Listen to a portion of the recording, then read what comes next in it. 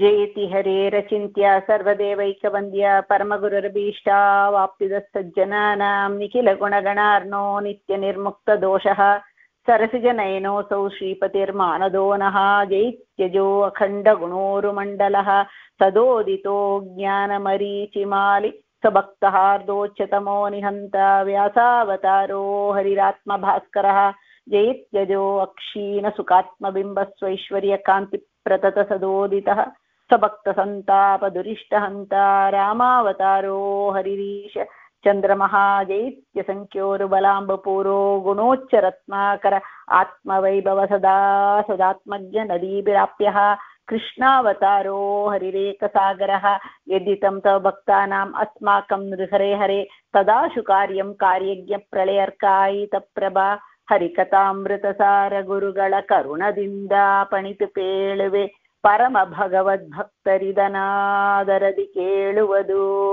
ಆದರದಿ ಕೇಳುವುದು. ನಾವು ಹರಿಕಥಾಮೃತ ಸಾರದಲ್ಲಿ ವಿಭೂತಿ ಸಂಧಿಯನ್ನ ನೋಡ್ತಾ ಬಂದಿದ್ದೀವಿ. ಇಲ್ಲಿ ಅನೇಕ ಚಿಂತನೆಗಳು, ದೇವರನ್ನ ಯಾವಾಗಲೂ ನಾವು ನೆನೆಯಬಹುದು, ನೆನೆಯಬೇಕು. ಅಟ್ಲೀಸ್ಟ್ ನಮಗೆ ಯಾವುದು ಬಾಹ್ಯದಲ್ಲಿ ಮಾಡಕ್ಕೆ ಆಗದೇ ಇರುವಾಗಲೂ ಇದು ವಿಶೇಷ ಆಗತ್ತೆ. ಉಳಿದ ಟೈಮ್ಲಿ ಮಾಡ್ತಾನೆ ಚಿಂತನೆ ಮಾಡಬಹುದು.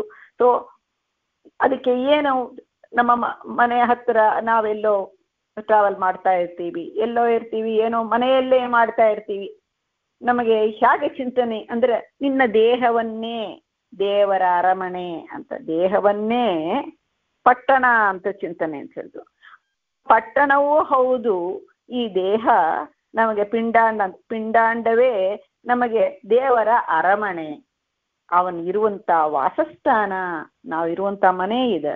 ಈ ದೇಹವನ್ನ ಬಿಟ್ಟು ನಾವು ಹೋಗೋದೇ ಇಲ್ಲ ನೋಡಿ ಈ ಜನ್ಮದಲ್ಲಿ. ಸೊ ಎಲ್ಲಿ ಹೋದ್ರೂ ಇದಾಗತ್ತೆ, ನಮಗೆ ಈ ಚಿಂತನೆ ಆಗತ್ತೆ ಅಂತ ಹೇಳ್ತಾ ಬಂದ್ರು.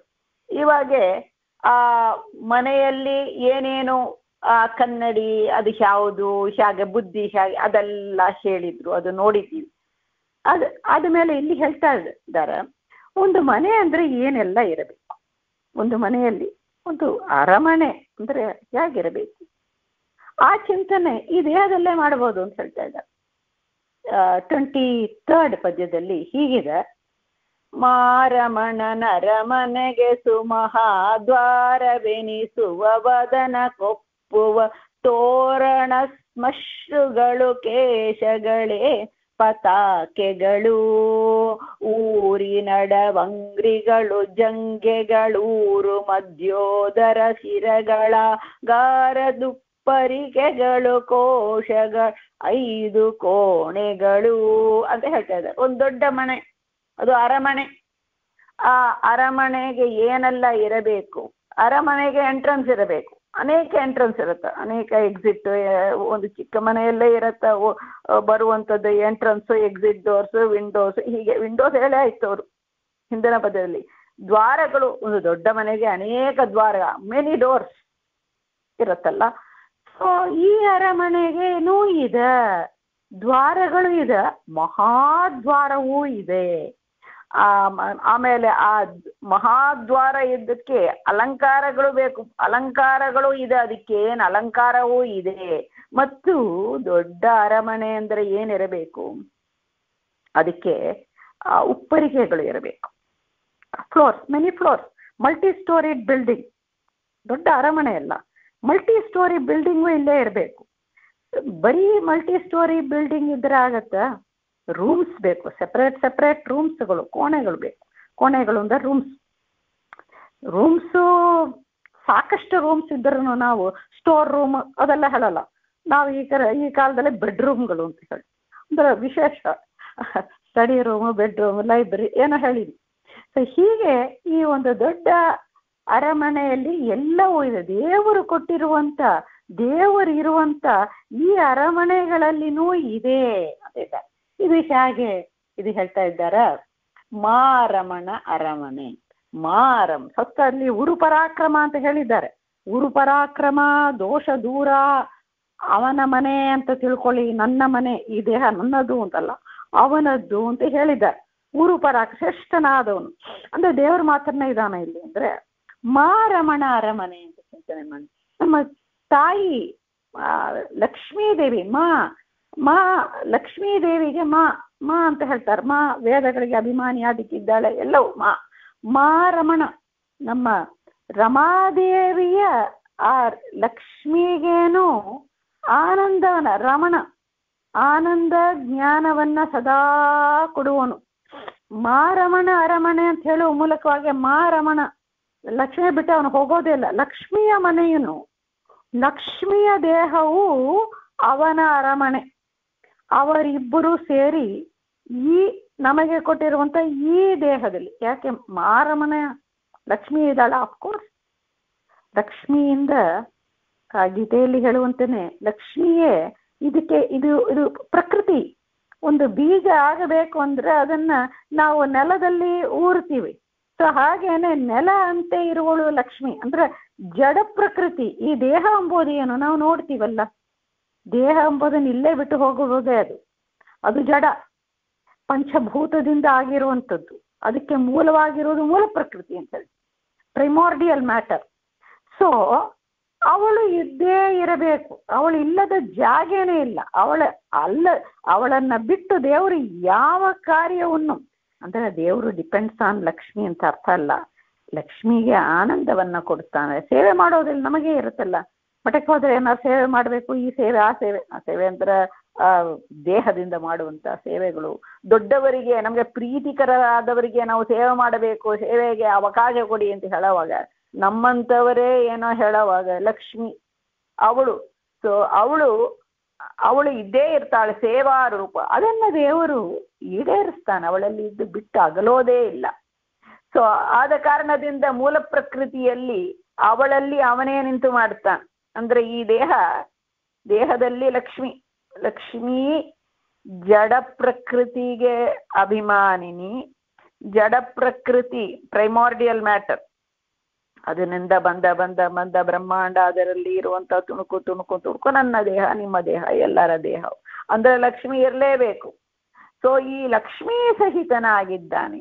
ಅಂದ್ರೆ ಬೇಸಿಕಲಿ ರಮಣ ಅಂತ ಹೇಳುವ ತಾಯಿ ತಂದೆಯರ ಜೊತೆಯಲ್ಲಿ ನಾವಿದ್ದೀವಿ, ಸುರಕ್ಷಿತವಾಗಿದ್ದೀವಿ ಅವರ ಅರಮನೆಯಲ್ಲಿ. ಜಸ್ಟ್ ಇಮ್ಯಾಜಿನ್, ನಮ್ಮ ಚಿಕ್ಕ ವಯಸ್ಸಲ್ಲಿ ತಾಯಿ ತಂದೆಯರ ಜೊತೆಲಿ ಇರೋವಾಗ ಏನಾದ್ರು ವರೀಸ್ ಅಲ್ಪ ಸ್ವಲ್ಪ ಇರ್ಬೋದು, ಆದ್ರೆ ಬೇಸಿಕ್ ಏನಿಲ್ಲ, ಅವರೇ ಎಲ್ಲ ನೋಡ್ಕೊಳ್ತಾರೆ. ಸೊ ಅಲ್ಲಿ ಉರುಪರಾಕ್ರಮ ಅರಮನೆಯೂ ಹೌದು. ಆ ಉರುಪರಾಕ್ರಮ ನಮ್ಮ ತಂದೆ, ಅವನೇ ತಾಯಿ, ಲಕ್ಷ್ಮಿ ದ್ವಾರ ಅದು ಮಾಡ್ತಾನವನು. ಸೊ ನಮ್ಮ ತಾಯಿಗೆ ಈ ತಾಯಿ ಬೇರೆ, ನಾಟ್ ಲೈಕ್ ಅದರ್ ತಾಯಿ. ಈ ತಾಯಿಗೆ ಎಲ್ಲವನ್ನು ಕೊಟ್ಟವನೇ ಅವನೇ. ರಮಣ ಲಕ್ಷ್ಮಿಗೆ ಎಲ್ಲವನ್ನು, ಅಂದ್ರೆ ಆ ಸ್ವತಂತ್ರ ಅದಕ್ಕೆ ಅವನು ಉರುಪರಾಕ್ರಮನ ಅರಮನೆ. ಈ ಅರಮನೆಯಲ್ಲಿ ಯಾರ್ದು ಅಂದ್ರೆ ಲಕ್ಷ್ಮೀನಾರಾಯಣರ ಮನೆ ಈ ದೇಹ ಅಂತ ಚಿಂತನೆ ಮಾಡ್ತೀವಿ. ಏನಷ್ಟು ಶ್ರೇಷ್ಠ ಆ ಒಂದು ಎಲ್ಲ ಪಶು ಪಕ್ಷಿಗಳೆಲ್ಲ ಇದೆ, ಸ್ಥಾವರ, ಅದುಗಳು ಜೀವಗಳೇ. ಅಂದ್ರೆ ಅದಕ್ಕೆ ಹೇಳ್ತಾರೆ, ಈ ಮನುಷ್ಯ ದೇಹ ಬಂದಾಗ ಇದು ಅನೇಕ ಕಡೆ ಉಪನಿಷತ್ತುಗಳಲ್ಲಿ ಬರತ್ತ, ಭಾಗವತದಲ್ಲಿ ಬರತ್ತ, ಬ್ರಹ್ಮಪುರಾಣ ಇತ್ಯಾದಿ ಪುರಾಣಗಳಲ್ಲಿನೂ ಬರೋದು ಏನು ಅಂದ್ರೆ, ದೇವತೆಗಳು ಮೊಟ್ಟ ಮೊದಲು ದೇವತೆಗಳು ಸೇವೆ ಮಾಡಬೇಕು, ಅದು ಅವರ ನೇಚರ್. ಕಿಂಕರೋಮೆ ಏನ್ ಮಾಡ್ಲಿ ದೇವರಿಗೆ ಏನ್ ಮಾಡಕ್ಕಾಗತ್ತೆ, ನಮಗೆ ಸೇವೆಗೆ ಅವಕಾಶ ಕೊಡು ಅಂತ ಪ್ರಾರ್ಥನೆ ಮಾಡ್ತಾರೆ. ರುದ್ರದೇವರು ಹತ್ತರಂತೆ, ನನಗೆ ಸೇವೆ ಮಾಡ್ಲಿಕ್ಕೆ ಯಾವ ಸ್ಥಾನ ಕೊಡ್ತೀಯಾ ಅಂತ, ಸೇವೆ ಮಾಡಬೇಕು ಅಂತ ಅಷ್ಟೊಂದು ಉತ್ಕಟ ಅವ್ರಿಗೆ. ಹಾಗೆ ದೇವತೆಗಳಿಗೆ ಸೇವೆ ಮಾಡ, ದೇವರು ಎಲ್ಲವನ್ನು ಸೃಷ್ಟಿ ಮಾಡ್ತಾ ಬರ್ತಾನೆ. ಇದು ಭಾಗವತದಲ್ಲಿ ಬರೋದು ಸೃಷ್ಟಿ ಕ್ರಮ. ಎಲ್ಲವನ್ನು ಸೃಷ್ಟಿ ಮಾಡ್ತಾ ದೇವರು ಮಾಡಿದ್ದಾಗೆ, ಆ ದೇವರು ಎಲ್ಲ ಸೃಷ್ಟಿಯನ್ನು ಮಾಡ್ತಾನೆ. ಆ ಸೃಷ್ಟಿಯನ್ನ ಮಾಡುವಾಗ ಮನುಷ್ಯ ದೇಹ ಸೃಷ್ಟಿ ಮಾಡ್ತಾನೆ ದೇವರು. ಮನುಷ್ಯ ದೇಹ ಸೃಷ್ಟಿಯನ್ನ ಮಾಡಿದಾಗೆ ಆವಾಗೆ ದೇವತೆಗಳಿಗೆ ಸಂತೋಷ ಆಯ್ತಂತೆ. ದೇವತೆಗಳು ತುಂಬಾ ಸಂತೋಷದಿಂದ ಅದನ್ನ ಇದ್ರು ಅಂತ ಹೇಳ್ತಾರೆ. ಈ ಮನುಷ್ಯ ದೇಹವನ್ನು ಅದನ್ನೇ ಅದಕ್ಕೆ ಅದು ಶ್ರೇಷ್ಠವಾದ ದೇಹ ಆಯ್ತು. ಏನು ಮನುಷ್ಯ ದೇಹದಲ್ಲಿ ಶ್ರೇಷ್ಠತೆ ಅಂದ್ರೆ ನೋಡಿ ಹೇಳ್ತಾರೆ, ನಾವು ನೋಡುವಂಥದ್ದೇ ಎಲ್ಲ ಪಶು ಪಕ್ಷಿಗಳು ಎಲ್ಲವೂ ಇರುತ್ತೆ. ಅದರಲ್ಲಿ ಈ ಪಶು ಪಕ್ಷಿಗಳಿಗೆ ಕೆಲವು ಇದು ನೋಡ್ತೀವಿ ನಾವು, ನಾಯಿ ನಮಗಿಂತ ಅದಕ್ಕೆ ಶಾರ್ಪ್ ಆಗಿರುತ್ತದು, ವಾಸನೆಯಿಂದಲೇ ಎಲ್ಲವನ್ನು ಗುರುತಿರುತ್ತೆ. ನಮಗೆ ವಾಸನೆ, ಅನ್ನದ ವಾಸನೆ ಬಿಟ್ಟರೆ ಬೇರೆ ಏನು ನಮಗೆ ಅಷ್ಟು ಆಕರ್ಷಕವಾಗಿರೋದಿಲ್ಲ. ಸೊ ಅದಕ್ಕೆ ಆ ಮೂಗು ಎಲ್ಲವೂ ತೀಕ್ಷ್ಣವಾಗಿ, ಕಿವಿ ಎಲ್ಲ ತೀಕ್ಷ್ಣ, ಕಣ್ಣು ಎಲ್ಲ ತೀಕ್ಷ್ಣವಾಗಿದ್ರೂ ನಾಲಿಗೆ ಇಲ್ಲ, ಮಾತಾಡ್ಲಿಕ್ಕೆ ಆಗೋದಿಲ್ಲ. ಮಾತಾಡ್ಲಿಕ್ಕೆ ಆಗೋದಿಲ್ಲ ಅಂದ್ರೆ ಕೇಳೋದು, ಅರ್ಥ ಮಾಡ್ಕೊಂಡು ಏನೋ ಲೌಕಿಕವಾಗಿರುತ್ತೆ. ನಮ್ಗೆ ಮಾತು ಮೂಲಕವಾಗ ಶ್ರವಣದಿಂದಲೇ ಎಲ್ಲವೂ ಆಗದೆ. ಶ್ರವಣ ಮಾಡಬೇಕು ಅಂದ್ರೆ ಗುರುಗಳಿಗೆ ಹೇಳಬೇಕು. ಸೊ ವಾಕ್ ಇಂದ್ರಿಯ, ವಾಕಿನಿಂದ ನಾವು ಶ್ರವಣ ಕೇಳಿದ್ದನ್ನ ನಮ್ಮ ಮಾತುಗಳು ಇದು ಹೌದಾ ಅಲ್ಲವಾ, ಇದರಲ್ಲಿ ಬರುವಂತ ಪ್ರಶ್ನೆಗಳು, ಹೀಗೆಲ್ಲ ಮಾಡ್ತೀವಿ. ಸೊ ಅದೇ ದೊಡ್ಡದು ದೊಡ್ಡದು. ಅದಕ್ಕೆ ಈ ಮನೆಯಲ್ಲಿನೂ ಹಾಗೆ ಹೇಳ್ತಾರೆ, ಈ ಮನೆಯಲ್ಲಿನೂ ಅನೇಕ ದ್ವಾರಗಳು ಇದೆ. ಅಲ್ಲಿ ದ್ವಾರಗಳು ಪಟ್ಟಣಕ್ಕೆ ಇರೋದು ಬೇರೆ, ಮನೆಗೆ ಇರೋದು ಬೇರೆ. ಈ ದೇಹದಲ್ಲಿ ಅನೇಕ ನವದ್ವಾರ, ಅದೇ ಹೇಳುತ್ತೆ ಅಲ್ಲಿ ಇರುವಂಥದ್ದು. ಹೀಗೆ ನವದ್ವಾರಗಳು ಇದ್ದೇ ಇದೆ, ಈ ಮನೆಗೇನು ನವದ್ವಾರಗಳಿದೆ. ಆದರೆ ಮುಖ್ಯ ದ್ವಾರ ಏನು, ಮಹಾದ್ವಾರ ಏನು, ಅದಕ್ಕೆ ಹೇಳ್ತಾ ಇದ್ದಾರೆ ಸುಮಹದ್ವಾರ. ಮಹತ್ತಾದ ದ್ವಾರ ಅಂದ್ರೆ ಅದು ಬಾಯಿ ಅಂತ ಹೇಳ್ತಾರೆ. ಒಂದೊಂದು ಇದರಲ್ಲಿ ಒಂದೊಂದು ವಿವಕ್ಷೆಯಿಂದ ತಲೆಯೇ ಶ್ರೇಷ್ಠ ಅಂತ ಹೇಳ್ತೀವಿ. ತಲೆಯಲ್ಲಿ ಬಾಯಿ ಶ್ರೇಷ್ಠ. ಬಾಯಿ ಅಂದ್ರೆ ರುಚಿ ನೋಡೋದು ಒಂದಾದ್ರೆ, ಇನ್ನೊಂದು ವಾಕ್. ಹಾಗೆ ಬಾಯಿ ರುಚಿ ನೋಡೋದು ತಗೊಳ್ಳೋಣ, ಎರಡು ಆಗತ್ತಲ್ಲಿ. ಅದು ಇನ್ನೊಂದು ರೀತಿಯಿಂದಲೂ ಕೂಡಿಸ್ತಾರೆ. ಮಹದ್ವಾರ, ಮಹದ್ವಾರ ಅಂತ ಹೇಳ್ಬೋದು, ಸುಮಹದ್ವಾರ ಅಂತ ಮಾಡ್ಕೋಬೇಕು. ಮಹದ್ವಾರವೇ ಅದು. ಯಾಕಂದ್ರೆ ಮಾತು ನಮಗೆ ಬರುತ್ತೆ, 84 ಲಕ್ಷ ಯೋನಿ ಸ್ಪೀಸೀಸ್, ಸೆವರಲ್ ಅನೇಕ ಇದ್ರನು ಮಾತಿನ ಮೂಲಕ ಆ ದೇವರ ತನಕ ಹೋಗೋ, ದೇವರು ಸೃಷ್ಟಿ ಇದೆಲ್ಲ ನೋಡಿ ಅದು ತಿಳಿಯುವ. ಈ ಸಂಸಾರದಿಂದ ಬಿಡುಗಡೆ ಆಗಬೇಕಂದ್ರೆ ಈ ನಾಲಿಗೆ, ಮಾತು ಎಂಬುದು ಬೇಕು. ಮಾತೇ ಜ್ಯೋತಿ ಅಂತ ಹೇಳ್ತಾರಲ್ಲ ಹಾಗೆ ಅದು ಬೇಕು. ಸೊ ಅದು ಮಾತ್ರ ಅಲ್ಲ ಅಂತ ಹೇಳ್ತಾರೆ. ಈ ಕಣ್ಣು ಏನು ಮಾಡುತ್ತೆ ನೋಡಿ, ಕಣ್ಣು ರೂಪ ಒಳಗೆ ಹೋಗುತ್ತೆ, ಅದು ದ್ವಾರ. ಕಣ್ಣಿನ ದ್ವಾರ ರೂಪ ಒಳಗೆ ಹೋಗುತ್ತೆ, ಕಿವಿಯ ದ್ವಾರ ಶಬ್ದ ಒಳಗೆ ಹೋಗುತ್ತೆ, ಮೂಗಿನ ದ್ವಾರ ವಾಸನೆ ಹೋಗುತ್ತೆ. ಇದು ಒಂದೊಂದು. ಉಳಿದದ್ದೆಲ್ಲ ಕರ್ಮೇಂದ್ರಿಯಗಳು ಹೊರಗೆ ಹೋಗುವಂಥದ್ದೇ, ಅದು ಒಳಗೆ ಬರೋದೆಲ್ಲ ಹೊರಗೆ ಹೋಗೋದೇ ಆಗತ್ತೆ ಅದಕ್ಕೆ. ಸೊ ಈ ಬಾಯಿ ಇದೆ ನೋಡಿ, ಬಾಯಲ್ಲಿ ಏನಿಡ್ತೀವಿ, ದಿನಾಗ್ಲೂ ಮಾಡೋದು ಊಟ. ಈ ಊಟದಲ್ಲಿ ಏನಿದೆ, ಅನ್ನದಲ್ಲಿ ನಾವು ಊಟ ಮಾಡ್ತೀವಿಲ್ಲ, ಅದ್ರಲ್ಲಿ ಏನಿದೆ ರೀ, ಎಲ್ಲವೂ ಇದೆಲ್ಲ ಏನಿದೆ, ಅದು ನೋಡ್ಲಿಕ್ಕೆ ಸುಂದರವಾಗಿರುತ್ತೆ. ಅನ್ನದಲ್ಲಿ ಆ ಏನೆಲ್ಲ ಇದೆ, ಎಲ್ಲ ರಸಗಳು ಇದೆ. ಎಲ್ಲ ರಸವೂ ಅದರಲ್ಲಿ ಇದೆ. ಆ ರಸಗಳು, ಆ ರೂಪ, ರಸ, ಗಂಧ, ಶಬ್ದ, ಸ್ಪರ್ಶ ಎಲ್ಲರಿಂದಲೂ ಕೂಡಿರುವಂಥದ್ದು ಆಹಾರ. ಆಹಾರದಲ್ಲಿ ಎಲ್ಲ ರುಚಿ ಇದಲ್ಲ, ನಮಗೆ ರುಚಿ ಇದೆ. ನೋಡ್ಲಿಕ್ಕೆ ಡೆಕೋರೇಟ್ ಎಲ್ಲ ಮಾಡಿ, ಗೋಡಂಬಿ ಇದೆಲ್ಲ ನಾಳೆ ಹಾಕಿ ಎಲ್ಲ, ನಾಳೆ ಇಲ್ಲಿ ದ್ವಾದಶಿ, ಅಲ್ಲಿ ನಿಮಗೆ ಏಕಾದಶಿ ಇರ್ಬೋದು. ಸೊ ಅದೆಲ್ಲ ಹಾಕಿ ಅದು ನೋಡ್ಲಿಕ್ಕೆ ಟೆಂಪ್ಟಿಂಗ್ ಆಗಿರುತ್ತೆ. ಸೊ ಅದು ಆ ಅನ್ನದಲ್ಲೇ ಇದೆ. ಅನ್ನದಲ್ಲಿ ಎಲ್ಲವೂ ಇದೆ. ಸೊ ಎಲ್ಲದಿಂದ ಸಹಿತವಾದಂಥ ಅನ್ನ ಹೋಗುವ ದ್ವಾರವೂ ಹೌದೌದು. ಸೊ ಅದಕ್ಕೆ ಮಹದ್ವಾರ ಅಂತ ಹೇಳಿದ್ದಾರೆ. ಈ ಮಹದ್ವಾರವನ್ನ ದೊಡ್ಡ ದ್ವಾರ ಇದ್ರೆ ಸಾಲದು, ಅದು ಮಂಗಳಕರವಾಗಿ ಇರಬೇಕು. ಮಂಗಳಕರವಾಗಿರೋದು ಎರಡು ರೀತಿಯಿಂದ ಬರುತ್ತೆ. ಒಂದು ಊಟ ಮಾಡೋದಲ್ಲಿನೂ ಬರುತ್ತೆ, ಅದು ಊಟದ ಅಂಶವೇ ಅದರ, ಇದು ಉಪನಿಷತ್ತುಗಳಲ್ಲಿ ಬರುವಂಥದ್ದೇ. ಆ ಊಟದ ಸೂಕ್ಷ್ಮ ಅಂಶ ಅಂದ್ರೆ ಕಣ್ಣಿಗೆ ಕಾಣಿಸೋದಿಲ್ಲ, ಸೈನ್ಸ್ ಲ್ಯಾಬಲ್ಲಿ ಕಾಣಿಸೋದಿಲ್ಲ, ಅಲ್ಲಿ ಕಾಣಿಸೋದು ಗ್ರಾಹ್ಯವೇ. ಸೈನ್ಸ್ ವಿ ನೆವರ್ ರಿಜೆಕ್ಟ್, ಪರೀಕ್ಷಿತ science, tested science we never rejected, ಅದು ಪ್ರತ್ಯಕ್ಷ ಪ್ರಮಾಣ. ಅದಕ್ಕೆ ಅದರ ರಾಡರ್ಲಿ ಬರದೇ ಇರುವಂತ ಸಂಗತಿಗಳು ಅನೇಕ ಇದೆ, ಅದನ್ನ ಸೂಕ್ಷ್ಮ ಅಂತೀವಿ. ಆ ಸೂಕ್ಷ್ಮ ಅಂಶಗಳು ಶಾಸ್ತ್ರದಿಂದಲೇ ಗೊತ್ತಾಗಬೇಕು, ಆಗಮದಿಂದ ಗೊತ್ತಾಗಬೇಕು. ಅದು ಜ್ಞಾನಿಗಳಿಗೆ ದೃಗ್ಗೋಚರ, ಅವರು ನೋಡೋದು, ನಮ್ಮ ಕಣ್ಣಿಗೆ ಕಾಣಿಸೋದಿಲ್ಲ. ಇದು ಏನು ಆಗತ್ತ, ಸೂಕ್ಷ್ಮ ಭಾಗವೇ ನಮಗೆ ಆ ಮನಸ್ಸಿಗೆ ಹೋಗುತ್ತೆ, ಮನಸ್ಸಿನಿಂದ ಅದು ಮಾತಾಗಿ ಬರಬೇಕು. ಸೊ ಸೊ ಮಹದ್ವಾರ ಇದೇ ಆಗತ್ತ. ಅದಕ್ಕೆ ಒಳಗೆ ಹೋಗೋದು, ಹೊರಗೆ ಬರೋದು. ಒಳಗೆ ಮಹದ್ವಾರ ಒಳಗೆ ಹೋಗೋದು ಅನ್ನದ ಸೂಕ್ಷ್ಮದಿಂದ ಅದು ಮಾತಾಗಿ ಪರಿಣಮಿಸಿ ಹೊರಗೆ ಬರಬೇಕು. ಯಾವ ಮಾತು? ಕಂಡ ಮಾತಲ್ಲ, ಕಂಡವರ ಮಾತು ಅಲ್ಲ, ಅದನ್ನ ಸಾಕ್ಷಾತ್ ಕಂಡ ಆ ಜ್ಞಾನಿಗಳ ಮಾತು, ಶಾಸ್ತ್ರದ ಮಾತು. ಹಾಗೆ ಅಂದ್ರೆ ಶಾಸ್ತ್ರದ ಮಾತು ಅಂದ್ರೆ ಏನು? ದೇವರನ್ನ ಕೊಂಡಾಡೋದೇ ಶಾಸ್ತ್ರ. ದೇವರ ಗುಣಗಾನ ಮಾಡ್ಲಿಕ್ಕೇನೆ ಅಲ್ಲಿ ವರ್ಣಾಭಿಮಾನಿ ದೇವತೆಗಳೆಲ್ಲ ಅಲ್ಲಿ ಒಳಗೆ ನಾಲಿಗೆಯಲ್ಲಿ ಬಂದು ನಿಲ್ಲೇ ಅಂತ ಹೇಳಿ ನಿಂತಿದ್ದಾಳೆ. ಅವಳನ್ನ ಇದ್ದಾಳೆ ಅಂತ ತಿಳಿಯಬೇಕು. ಸರಸ್ವತಿ, ಭಾರತಿ, ಅವರಲ್ಲಿ ಲಕ್ಷ್ಮಿ, ಅವರಲ್ಲಿ ಅದೇ ಹೆಸರಿನಿಂದ ಭಗವಂತ, ಅದೆಲ್ಲ ನೋಡಿದ್ವಿ. ಹೀಗೆ ಮಾಡಿದ್ರೆ ಅದು ಸುಮಹದ್ವಾರ ಆಗತ್ತೆ. ಅದನ್ನ ಮಂಗಳಕರ ಮಾಡಬೇಕು. ಅಲ್ಲಿ ಏನ್ರಿ ಮಾಡೋದು? ಇವಾಗ ಮಂಗಳಕರ ಮಾಡಬೇಕು ಅಂದ್ರೆ ಏನು ಅಂದ್ರೆ ಅದನ್ನೇ ಹೇಳ್ತಾರೆ. ಅದು ಮಂಗಳಕರ ಮಾಡಬೇಕು ಅಂದ್ರೆ ಅದು ಹೇಳ್ತಾರೆ, ಆ ಅನ್ನವನ್ನ ಉಣ್ಣೋವಾಗ ಎಲ್ಲ ರಸದಿಂದ ಕೂಡಿರುವಂತ ಅನ್ನ ಪ್ರವೇಶ ಆದಾಗ ಅನ್ನದ ಜೊತೆಯಲ್ಲಿ ಅದೆಲ್ಲ ಮಾಡ್ತಾರಲ್ಲ, ಪ್ರಾಣಾಹುತಿ, ಊಟಕ್ಕೆ ಕೂತಾಗೆಲ್ಲ ಮಾಡ್ತಾರೆ. ಅದೇನೋ ಗಂಡಸರೇ ಮಾಡಬೇಕು, ಹೆಂಗಸರಿಗೆಲ್ಲ ಇಲ್ಲ, ಹೀಗೆಲ್ಲ ಬೇಡ. ಹೆಂಗಸರಿಗೇನೋ ಇದೆ ಅಂತ ಅದನ್ನ ತಿಳಿಸಿಕೊಡ್ಲಕ್ಕಿರೋದೇ ಹರಿಕಥಾಮೃತ ಸಾರ. ಇಲ್ಲಿ ಏನ್ ಹೇಳ್ತಾರ? ಅನ್ನಾಭಿಮಾನಿ ಚಂದ್ರಸ್ಥ. ಅದು ಇದರಲ್ಲಿ ಬರುತ್ತೆ ನಮ್ಗೆ ತಾರತಮ್ಯ ಸಂಧಿಗಳಲ್ಲಿ ಆ ಒಂದು ಪದಾರ್ಥಗಳಲ್ಲಿ, ಭೋಜನ ಪದಾರ್ಥದಲ್ಲಿ ಇರುವಂತಹ ರೂಪ ಅದು ಹಿಂದೆ ಬರುತ್ತೆ. ಇಲ್ಲಿ ಸ್ವಲ್ಪ ಹೇಳ್ತಾರೆ ಅನ್ನಾಭಿಮಾನಿ ಚಂದ್ರ ಆ ದೇವತೆಯೇ ಆ ವೃಕ್ಷಗಳಲ್ಲಿ ಇದ್ದು ಅದಕ್ಕೆ ಚಂದ್ರನ ಕಾಂತಿಯಿಂದ ಅದಕ್ಕೆ ಪುಷ್ಟಿ ಬರುತ್ತೆ. ಚಂದ್ರವೇ ಆ ಪುಷ್ಟಿಯಿಂದ, ಚಂದ್ರ ಮನಸ್ಸಿಗೆ ಅಭಿಮಾನಿ. ಶಿವನ ತಲೆಯಲ್ಲಿ ಕೂತಿದ್ದಾನೆ, ಶಿವ ಧಾರಣೆ ಮಾಡಿದ್ದಾನೆ, ಶಿವನೂ ಆಗ್ತಾನೆ. ಲೋಯೆಸ್ಟ್ ಲೆವೆಲ್ ಚಂದ್ರ ಆಗ್ತಾನೆ. ಚಂದ್ರ ಬರಬೇಕು ಮನಸ್ಸಲ್ಲಿ, ಬಂದು ಮನಸ್ಸಿನಿಂದ ಅದು ವಾಕ್ಕಾಗಿ ಬರಬೇಕಲ್ಲ.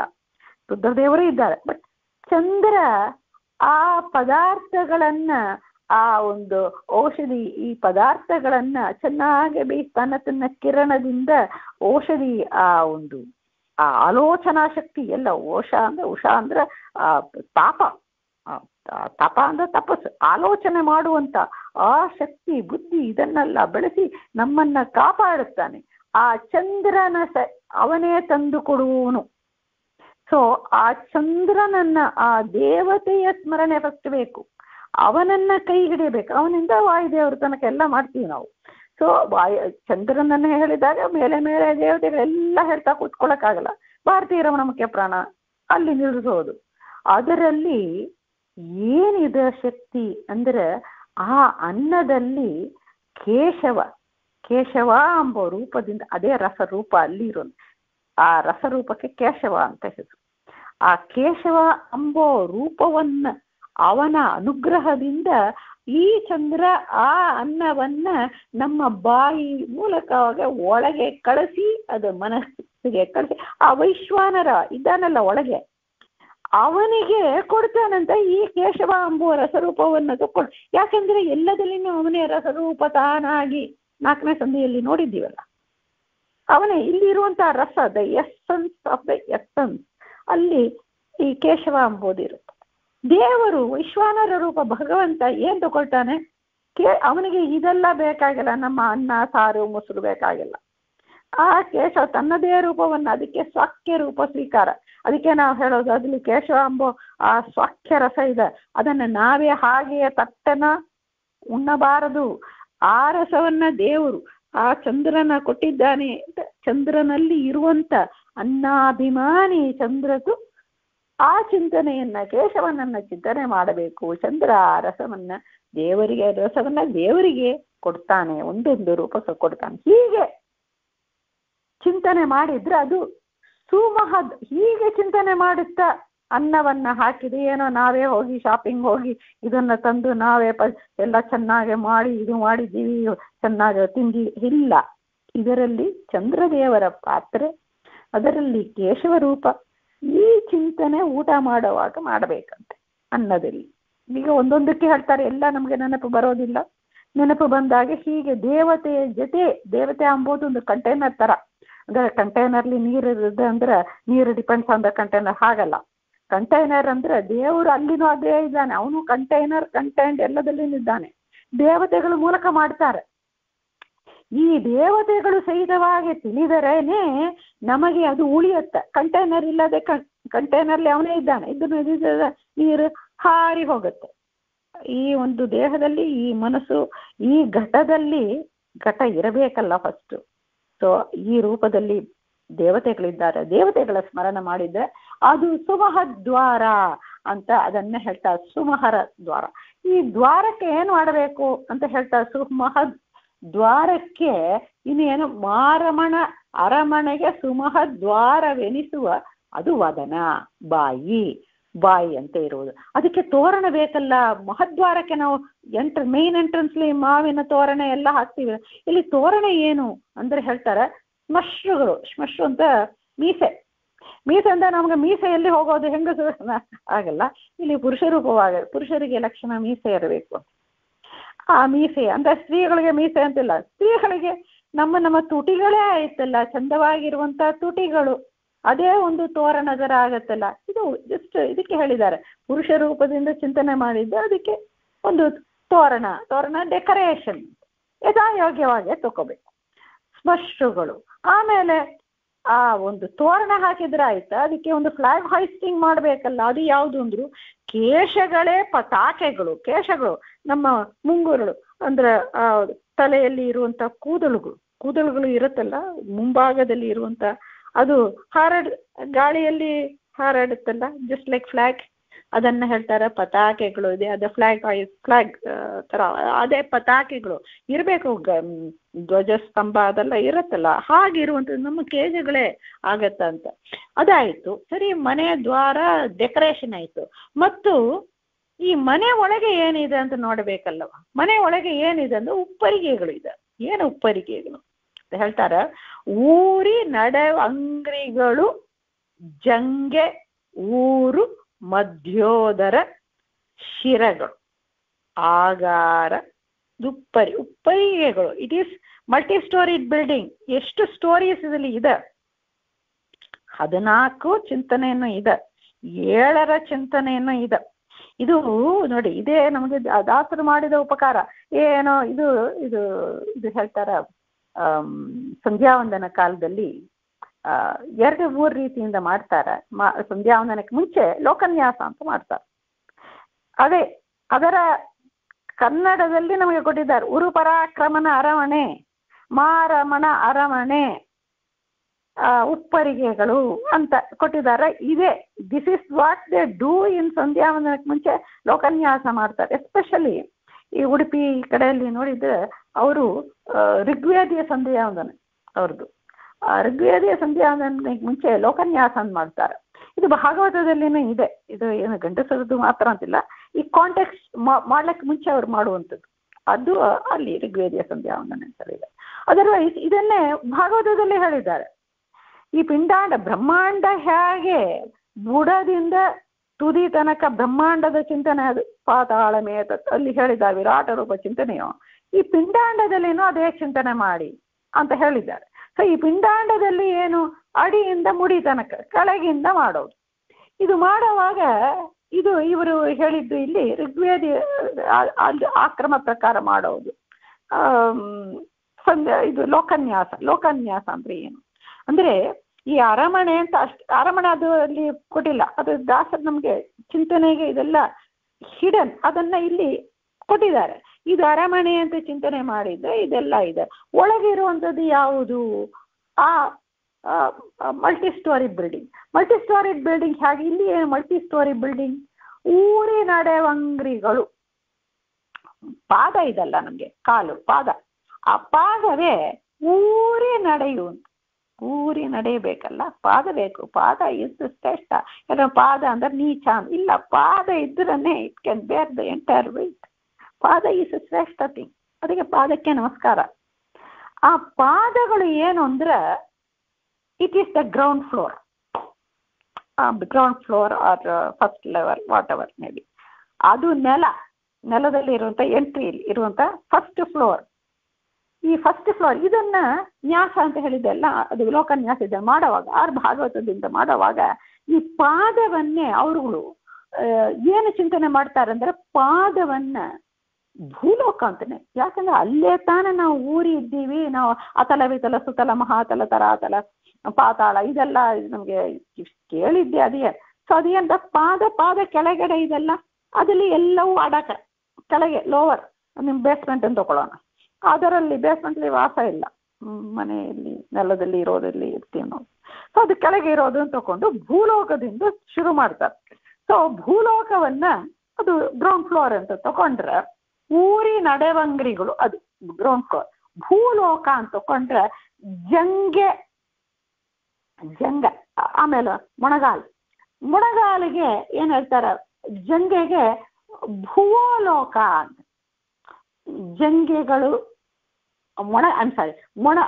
ಮೊಣಗಾಲುಗಳು ಇದು ಒಂದೊಂದು ಸ್ಟೋರಿ ಬಿಲ್ಡಿಂಗ್. ಗ್ರೌಂಡ್ ಫ್ಲೋರ್ ಪಾದ ಅದೇ ಭೂಮಿಗೆ ಮೇಲೆ ಇರೋದು ಮೊಣಗಾಲು ಬರುತ್ತಲ್ಲ ನಮ್ಗೆ.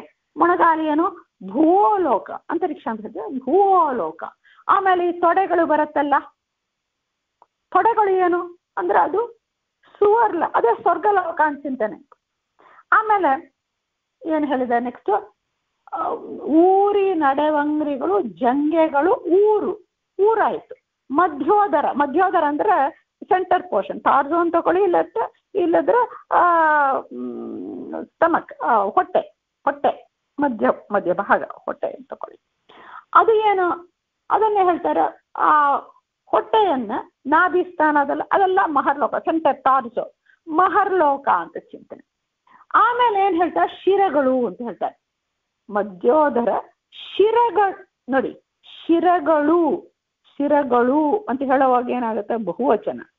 ಅಲ್ಲಿ ಏನ್ ಹೇಳ್ತಾರೆ ಅಂದ್ರೆ ಶಿರದಲ್ಲಿ ಕಂಠ ಇದೆ, ಮಧ್ಯೋದರ ಟ್ರಂಕ್ ಆದ ಮೇಲೆ ಒಂದು ಕುತ್ತಿಗೆ ಬೇಕಲ್ಲ, ಕುತ್ತಿಗೆ ಇದೆ, ಮುಖ ಇದೆ, ಬಾಯಿ ಮುಖ ಇದೆ, ಮೇಲೆ ತಲೆ ಇದೆ ಅಂತ, ತಲೆ ನೆತ್ತಿ ಏನ್ ಬೇಕಾರ. ಸೊ ಇದು ಮೂರನ್ನು ಶಿರಗಳು ಅಂತ ಬಹುವಚನ ಶಿರಗಳಲ್ಲಿ ತಗೊಳ್ಳೋದು. ಅದು ಹೇಗೆ ಅಂದ್ರೆ ಇಲ್ಲಿ ನಾಭಿ ಇದು ಸೆಂಟ್ರಲ್ ಟಾರ್ಸೋ ಮಹರ್ಲೋಕ ಆಯ್ತು. ಮಹರ್ಲೋಕ ಆದಮೇಲೆ ಕಂಠ ಬಂದು ಜನಲೋಕ, ಮುಖ ಬಂದು ತಪೋಲೋಕ, ನೆತ್ತಿ ಮೇಲೆ ಇರೋದು ಇದು ನೆತ್ತಿ. ಇದರಿಂದ ಬ್ರಹ್ಮದೇವರು ಹುಟ್ಟಿದ ಅಂತ ಹೇಳ್ತೀವಿ, ಏನದು ಅದು ಸತ್ಯಲೋಕ ಆಯ್ತು. 7 ಬಂತು. ಇದು 7 ಸ್ಟೋರಿ ಬಿಲ್ಡಿಂಗ್. ಅಂಡರ್ಗ್ರೌಂಡ್ನು ತಗೊಂಡ್ರೆ ಇನ್ನೂ 7 ಸ್ಟೋರಿ ಬೇಸ್ಮೆಂಟ್. ಹೀಗೆ 14 ಕೆಳಗೆ ಇರೋ ಲೋಕಗಳು ನಮ್ಗೆ ಬೇಕಾಗಿಲ್ಲ. ನಾವು ಮೇಲಕ್ಕೆ ಹೋಗೋರು. ಮೇಲಕ್ಕೆ ಅಂದ್ರೆ ಊರ್ಧ ಗಮನ ನಮ್ದು ಇರ್ಬೇಕು. ಅದಕ್ಕೆ ಭೂಲೋಕದಿಂದಲೇ ಶುರು ಮಾಡೋ ವಿಷಯ ಹಾಗೆ ಮಾಡ ಈ ಪದ್ಧತಿ. ಅದಕ್ಕೆ ಈ ಪದ್ಧತಿ ನಮಗೆ ಋಗ್ವೇದಿಯ ಅವ್ರ ಸಂಧ್ಯಾವಂದನ ಕಾಲದಲ್ಲಿ 2-3 ರೀತಿ ಇದೆ. ಸ್ಮಾರ್ತ ಶ್ರುತಿ ಸ್ಮಾರ್ತ ಅಂತ ಆ ಒಂದು ಪುರಾಣ ಗ್ರಂಥ ಪ್ರಕಾರ ಮಾಡೋದು ಒಂದು ಇದೆ. ಇನ್ನೂ ಉಡುಪಿ ಆ ಕಡೆಯಲ್ಲಿಲ್ಲ ಈ ರೀತಿಯನ್ನ ಫಾಲೋ ಮಾಡ್ತಾರೆ. ಇಲ್ಲಿನೂ ಕೆಲವರು ಮಾಡಬಹುದು. ಸೊ ಇದನ್ನ ಲೋಕನ್ಯಾಸವನ್ನ ಅವ್ರು ಹಾಗೆ ಮಾಡ್ತಾರಂತ. ಸೊ ಇದು 7 ಆಯ್ತಲ್ಲ. ಕೆಳಗೆ ಭೂಮಿ, ಮೊಣಗಾಲಲ್ಲಿ ಭೂಲೋಕ, ತೊಡೆಯಲ್ಲಿ ಸ್ವರ್ಲೋಕ, ಟಾರ್ಝೋ ಅಲ್ಲಿ ಮಹರ್ಲೋಕ, ಕಂಠದಲ್ಲಿ ಜನಲೋಕ, ಮುಖದಲ್ಲಿ ತಪಲೋಕ, ನೆತ್ತಿಯಲ್ಲಿ ಸತ್ಯಲೋಕ. ಇದೇ ಸ್ಟೋರಿಡ್ ಬಿಲ್ಡಿಂಗ್ ಆಯ್ತು. ಇಷ್ಟು ಸ್ಟೋರಿ ಬಿಲ್ಡಿಂಗ್ ಇದೆ. ಆಮೇಲೆ ಏನ್ ಹೇಳ್ತಾರೆ, ಅದಾಯ್ತು. ಸ್ಟೋರಿ ಇದ್ರೆ ಸಾಲದು, ಇನ್ನು ಏನು ಬೇಕು? ಮಧ್ಯೋದರ ಶಿರಗಳ ಆಗಾರದ ಉಪ್ಪರಿಗೆಗಳು ಫ್ಲೋರ್ಸ್, ಉಪ್ಪರಿಗೆಗಳು ಅಂತಸ್ತು, ಇದೆಲ್ಲ ಇಷ್ಟು ಅಂತಸ್ತಿರುವಂತ ಮನೆ ಅಂತ. ಸೊ ಕೋಶಗಳು 5 ಕೋಣೆಗಳು. ಕೋಶಗಳು ಅಂದ್ರೆ ಏನು? ಕೋಶಗಳು ಈ ದೇಹದಲ್ಲಿ ನಾವು ಭೋಜನ ರಸ ವಿಭಾಗ ಸಂಧಿಯಲ್ಲಿ ನೋಡಿದ್ದೀವಿ. ಎಲ್ಲ ಫಂಕ್ಷನಿಂಗ್ ಆಗಬೇಕು ಅಂದ್ರೆ ಅನ್ನಮಯ, ಪ್ರಾಣಮಯ, ಮನೋಮಯ, ವಿಜ್ಞಾನಮಯ, ಆನಂದಮಯ, ಈ ಕೋಶಗಳೆಲ್ಲ ಅಲ್ಲೇ ನಾವು ನೋಡಿದ್ದೀವಿ. ಈ ಕೋಶಗಳು 5 ಮಾತ್ರ 5 ಮುಖ್ಯ, 5 ಜೊತೆಯಲ್ಲಿ ಇರುವಂತ ಏನು ಇದಕ್ಕೆ ಸಾಕಷ್ಟು ವಿವರಣೆ ಕೊಡ್ತಾರೆ. ಮುಂದೆ ಅದು ಎಲ್ಲ ಬರುತ್ತೆ. ಸೊ ಇಲ್ಲಿ ಇಷ್ಟು ತಿಳಿದ್ರಾಯ್ತು. ಎಷ್ಟೋ 24 ಕೋಶಗಳು, 24 ಆವರಣಗಳು ಹೇಳ್ತಾರೆ ಈ ದೇಹದಲ್ಲಿ. ಇದು ಎಲ್ಲವೂ ಇದೆ. ಮುಖ್ಯವಾಗಿ 5 ಅನ್ನಮಯ ಅನ್ನಕ್ಕೆ ನಾವು ಉಣ್ಣುವ ಅನ್ನ ಮತ್ತು ನೀರಿನ ಅಂಶಗಳು ಹೋಗೋದು, ಆಮೇಲೆ ಆ ಒಂದು ಕ್ಯಾಲರೀಸ್, ಆ ತೇಜಸ್, ಆ ಅಂಶ ಹೋಗೋದು, ಆಮೇಲೆ ಮನಸ್ಸು, ಹೀಗೆ ಕೋಶಗಳಲ್ಲಿ ಭೋಜನ ರಸ ವಿಭಾಗ ಸಂಧಿಯಲ್ಲಿ ನೋಡಿದೀವಲ್ಲ, ಅದೇ ಒಂದೊಂದು ಫ್ಲೋರ್ಲಿನೂ ರೂಮ್ಸ್ ಇರುವಂತ ಮಿನಿಮಮ್ ಇನ್ನೂ 24 ಇರ್ಬೋದು, 28 ಇರ್ಬೋದು, minimum 5 big rooms, huge rooms ಒಂದೊಂದಲ್ಲಿನೂ ಇದೆ. ಸೊ ಹೀಗೆ ಕೋಶಗಳು 5, ಉಪ್ಪರಿಗೆಗಳು, ಕೋಶಗಳು 5, ಕೋಣೆಗಳು ಅಂತ ಈ ಅರಮನೆಯಲ್ಲಿ ಈ ಕಂಪ್ಲೀಟ್ ಇದೇ ನ್ಯಾಸ, ಇದೇ ವಿರಾಟ ರೂಪ ಚಿಂತನೆ. ವಿರಾಟ ರೂಪ ಚಿಂತನೆಯನ್ನ ಮಾಡಿದ್ರೆ ಹೇಳ್ತಾರೆ ಇದು ಅವಶ್ಯ ಮಾಡಬೇಕಾದ್ದು ಅಂತ ಆಚಾರ್ಯ ಮಧ್ವರು ಹೇಳ್ತಾರೆ. ವಿರಾಟ ರೂಪ ಚಿಂತನೆ ಎಂಬುದು ಇರಲೇಬೇಕಾದದ್ದು, ಪಾಪಕ್ಕೆ ಪರಿಹಾರ. ಯಾಕೆ ಪಾಪಕ್ಕೆ ಪರಿಹಾರ? ವಿರಾಟ ಇದು ಚಿಂತನೆ ಮಾಡಿದ್ರೆ ಏನು ಪರಿಹಾರ ಅಂದ್ರೆ ಇದೆ, ಮಾರಮಣನ ಅರಮನೆ ಇದು ಅಂತ ಚಿಂತನೆ ಮಾಡಿದ್ವಿ, ನಂದಲ್ಲ ಅವನದ್ದು ಅಂತ ಚಿಂತನೆ ಮಾಡಿದ್ರೆ ಅದು ಪಾಪದ ಪರಿಹಾರ. ಇನ್ನೊಂದು ಅವನ ಸೃಷ್ಟಿ, ಹಾಗೆ ಅವನ ಸೃಷ್ಟಿಯನ್ನ ಚಿಂತನೆ ಮಾಡಿದ್ದೀವಿ. ಇಷ್ಟಿಷ್ಟು ಲೋಕಗಳು ಇಷ್ಟಿಷ್ಟು ಸೃಷ್ಟಿ ಮಾಡಿ ಈ ಮಿನಿಯೇಚರ್ ಈ ದೇಹದಲ್ಲಿನೂ ಮನುಷ್ಯ ದೇಹದಲ್ಲಿ ಮಾಡಿ ಅದನ್ನ ತಿಳಿಸಿ ಅದು ನಮಗೆ ಕಿವಿಯಲ್ಲಿ ಬೀಳಿದ್ದು ಏನೋ ಒಂದು ಯೋಚನೆ ಇಷ್ಟನ್ನು ಮಾಡ್ತಾ ಇದ್ದಾನಲ್ಲ, ಅದು ಮೂಲಕವಾಗ ದೇವರ ಮಹಾತ್ಮ ಜ್ಞಾನ, ಅವನು ಮಹತ್ತಾದವನು ಅಂಬೋ ಜ್ಞಾನ ಬಂದ್ರೆ ಪಾಪ ಹೋಗತ್ತೆ ಅಂತ ಹೇಳ್ತಾರೆ. ಸೊ ಹಾಗೆ ಅದು ಹೋಗತ್ತೆ. ಸೊ ನಮಗೆ ಒಳ್ಳೇದಾಗತ್ತೆ. ಏನಾಗತ್ತೆ? ಅದು ಸುಮಹತ್ ದ್ವಾರ, ಎಲ್ಲವೂ ಅನ್ನದಿಂದ ಬಂದು ವಾಕ್ನಿಂದ ಬಂದದ್ದೇ ಆಗತ್ತೆ ಅಂತ ಇಲ್ಲಿ ಹೇಳ್ತಾರಂಬಲ್ಲಿ. ಕೃಷ್ಣ ಅರ್ಪಣಮಸ್ತು. ಅರವಿಂದ್ ಅವರೇ, ಅಜಿತ್ ಅವರೇ, ತುಂಬಾ ತುಂಬಾ ಧನ್ಯವಾದಗಳು. ಕೃಷ್ಣ ಅರ್ಪಣಮಸ್ತು. ಅಮರ್ ಅವರೇ ತುಂಬಾ ಧನ್ಯವಾದ. ಕೃಷ್ಣ ಅರ್ಪಣಮಸ್ತು. ಏನಾದ್ರು ಕ್ವಶನ್ ಇದ್ದರೆ ನೀವು ಇಲ್ಲಿನೂ ಕೇಳಬಹುದು, ಇಲ್ಲ ನನಗೆ ಮೇಲ್ ಕಳಿಸಿದ್ರು, ಏನಾದ್ರು ಡೀಟೇಲ್ಸ್ ಬೇಕಂದ್ರೆ ಡೌಟ್ಸ್ ಇದ್ರೂ ವಿತೌಟ್ ಹೆಸಿಟೇಷನ್ ಕೇಳಬಹುದು. ಹರೇ ಶ್ರೀನಿವಾಸ. ಹರೇ ಶ್ರೀನಿವಾಸ.